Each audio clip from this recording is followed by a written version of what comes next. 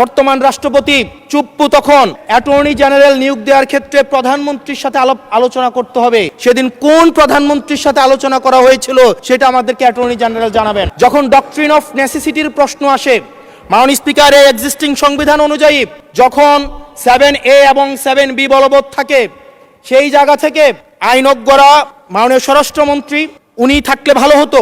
48(3) অনুযায়ী রাষ্ট্রপতি সুপ্রিম কোর্টের মাধ্যমে একটা এই 106 অ্যাডভাইজরি একটা রুল আছে মাননীয় স্পিকার। এই অ্যাডভাইজরি রুলের মাধ্যমে সংবিধানের ফান্ডামেন্টাল কোনো বিষয় কম্প্রোমাইজ করা যায় না। মাননীয় স্পিকার, যদি আমি এই সংবিধান মানি তাহলে এই অন্তর্বর্তীকালীন সরকারের বৈধতা প্রশ্নবিদ্ধ হয়। মাননীয় স্পিকার, যদি এই সংবিধানকে আমি ধারণ করতে চাই, মেনে চলতে চাই, সেদিন 64 বিধি অনুযায়ী অ্যাটর্নি জেনারেল নিয়োগ দেওয়া হয়েছিল 6 আগস্ট।